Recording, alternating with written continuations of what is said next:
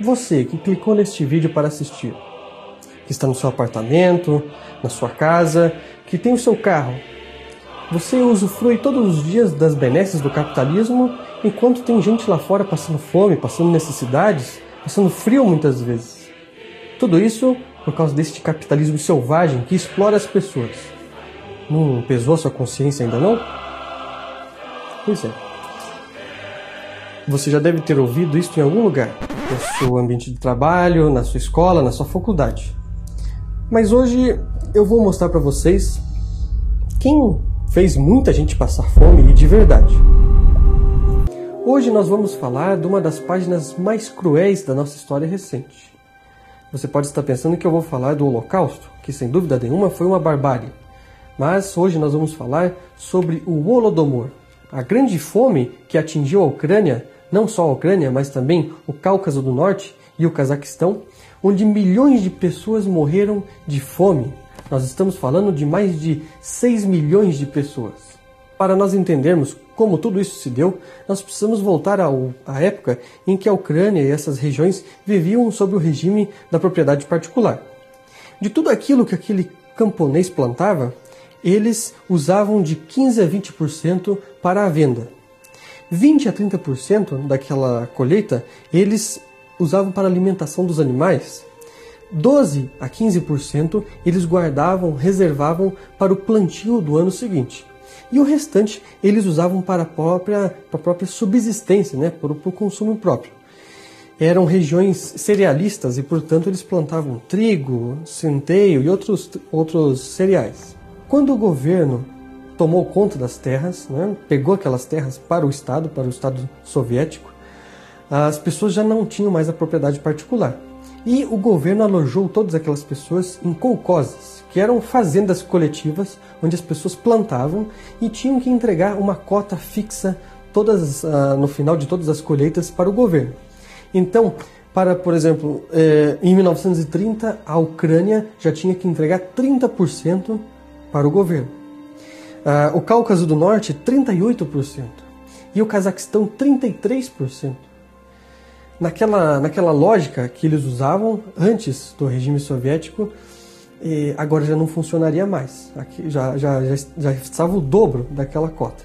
Então, alguém ficaria de fora naquele esquema. Então, não poderia se guardar para o ano que vem, para o próximo plantio, os animais ficariam sem alimentação, ou a própria família sofreria com isso, sem alimentação. Então, uma daquelas ficaria uma lacuna. Então aí surgiu um conflito gravíssimo entre o governo e os camponeses. Em 1931 as cotas subiram ainda mais. Então na Ucrânia agora já era 41,5%. No Cáucaso 47%. E no Cazaquistão 39,5%. O Cazaquistão, além disso, era um caso em especial, porque aquelas pessoas que viviam no Cazaquistão eram normalmente nômades, então eles viviam viajando e com seus rebanhos. Esses rebanhos foram tirados deles e eles foram obrigados a trabalhar na terra, o que criava diversas dificuldades para atingir as cotas que o governo ordenava. Em 1932, as cotas de todas aquelas regiões foram aumentadas 32%. Então, chegando a alguns lugares a 70%, 80% da plantação devia ser entregue ao Estado. Então, neste momento, começaram a morrer os animais, as pessoas estavam já passando uma fome muito grande, a miséria, as pessoas já estavam morrendo também. E era inevitável que ocorresse entre aquelas pessoas roubos, né? Mas o que eles roubavam? Roubavam a plantação, que eles próprios tinham plantado, né? Para entregar para o governo socialista. Então, para acabar com isso, o governo criou uma lei que ficou conhecida entre as pessoas como Lei das Espigas. Né? Lei das Espigas por quê? Porque as pessoas que foram presas por causa desta lei eram encontradas com comida na mão, muitas vezes trigo, centeio. Essa lei previa 10 anos de detenção para aquelas pessoas que fossem pegas, né, em campos de concentração, ou a pena de morte. Então, foram condenadas centenas de milhares de pessoas por causa dessa lei e mais de 5 mil foram mortas, né? Pena capital. Apesar das repressões que foram aplicadas em cima das pessoas, a produção não atingia as metas, né? As cotas não eram preenchidas. Então, nesse momento, o governo manda para o campo comissões especiais para investigar o caso, para ver se havia sabotadores e tudo mais. Então, no caso de não achar os sabotadores, eles deportavam muitas vezes cidades inteiras. Então, neste momento, começa a haver as deportações em massa. Só em 1933, mais de 268 mil pessoas foram deportadas. Era uma guerra sem fim, não adiantava deportar tanta e tanta e tanta gente, né? O governo comunista achou um meio para vencer essa guerra, para cumprir as cotas, que era matar as pessoas de fome. Então, o único modo de vencer aquela guerra era esfomear o povo. Molotov, na época, foi informado desta grande fome. Então veja, por exemplo, uma carta dirigida a ele pelo presidente do Conselho dos Comissários do Povo do Cazaquistão. Para que no futuro a produção possa aumentar de acordo com as necessidades do Estado proletário, devemos considerar as necessidades mínimas dos colcosianos, na ausência dos quais não haverá ninguém para semear e assegurar a produção. Agora veja a resposta cínica dele. A sua posição é profundamente incorreta, não bolchevique.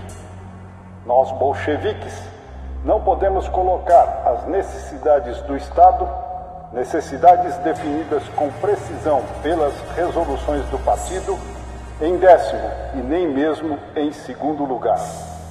Alguns dias mais tarde, uma ordem foi enviada ao campo de que todo camponês que não houvesse cumprido as suas metas deveria ser despojado de todos os grãos que tivesse guardado em casa. Centeio, trigo, qualquer coisa que houvesse deveria ser entregue ao regime. Então, sem comida no campo, as pessoas foram despojadas de tudo. Os comércios locais, as pessoas foram em direção às cidades. Houve como que um êxodo rural, né, das pessoas indo em direção às cidades. Mas, até nisso, o governo soviético pensou. Então, todo cidadão, toda pessoa que vivia nas cidades deveria carregar consigo um documento que o identificasse como citadino. Aquele que não possuísse esta identificação não poderia entrar nas cidades. Então as pessoas foram banidas, muitas vezes levadas para fora da cidade, porque estavam procurando alimento, porque estavam procurando a salvação. A GPU, que era a KGB da época, foi encarregada de fiscalizar as pessoas para que elas não entrassem nas cidades. Em todas as regiões que estavam passando fome, as vendas de passagem de trem, por exemplo, foram suspensas. Vamos ver agora o que diz a esse respeito um cônsul italiano que morava em Cracóvia na época. Há uma semana foi organizado um serviço para recolher as crianças abandonadas. Com efeito, além dos camponeses que se dirigem para as cidades por não terem mais nenhuma esperança de sobreviverem no campo, há crianças que foram trazidas aqui e depois abandonadas por seus pais, os quais retornam aos povoados para lá morrerem. Estes últimos esperam que na cidade alguém tomará conta de sua progenitura. Há uma semana foram mobilizados os dvorniki, zeladores de prédios, que com suas camisas brancas patrulham a cidade e levam as crianças aos postos de polícia mais próximos. Por volta da meia-noite, começa-se a transportá-los em caminhões para a estação ferroviária de cargas de Severodonetsk. É onde também são reunidas as crianças encontradas nas estações e nos trens, as famílias de camponeses, as pessoas idosas e sozinhas, recolhidas na cidade durante o dia. Há a presença de médicos que fazem a seleção. Os que ainda não estão inchados e têm alguma chance de sobrevivência são conduzidos aos acampamentos de Holodnaya agora, onde em celeiros e sobre a palha agoniza uma população de cerca de 8.000 almas, composta principalmente por crianças. As pessoas inchadas são transportadas em trens de carga ao campo e abandonadas a 50 ou 60 quilômetros da cidade para que elas morram sem que ninguém as veja. Na chegada aos locais de descarga, cavam-se grandes fossas e os mortos são retirados dos vagões. Cenas de canibalismo começaram a acontecer. Vejam o que diz o mesmo cônsul italiano. São recolhidos a cada noite cerca de 250 cadáveres de pessoas mortas de fome ou de tifo. Nota-se que um número muito grande dentre eles não possuía mais fígado, que parecia ter sido extraído através de um grande corte. a polícia acabou encontrando alguns dos misteriosos amputadores e confessaram que com essa carne eles preparavam o recheio dos pirogue, que em seguida eram vendidos no mercado. Cerca de 40 milhões de pessoas sofreram com a fome e com a miséria nesta época. Muito mais de 6 milhões de pessoas morreram. Note que a Ucrânia é um país profundamente católico e foi onde as pessoas mais sofreram. Você ainda vai acreditar nas falácias desses comunistas que vivem por aí? Pense nisso. 6 milhões. Uno tiene que dejar su mamá, sus hijos por allá, pasando trabajo, necesidad, hambre. Para uno ganarse un poquito de comida, tiene que montarse 2 sacos en el hombro, una mujer también. Porque si no, se muere de hambre. Uno tiene que sobrevivir aquí. ¿Hasta cuándo vamos a estar en esto con Maduro? Pues hasta cuando llegue hora de que ese hombre lo saque. ¿Ah? ¿Hasta cuándo vamos a estar pasando necesidad y hambre y trabajo por aquí? Venezuela está muriendo de hambre. Sí. ¿Usted tiene familia, tiene hijos? Tengo familia, tengo hijos y mi fuente de trabajo es esta.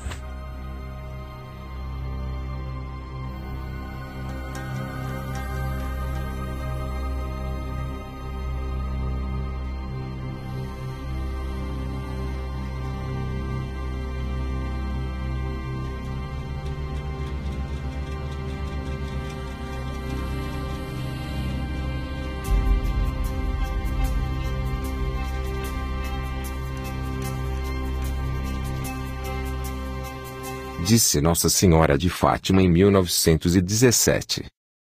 Se atenderem aos meus pedidos, a Rússia se converterá, e terão paz. Se não, espalhará os seus erros pelo mundo, promovendo guerras e perseguições à Igreja.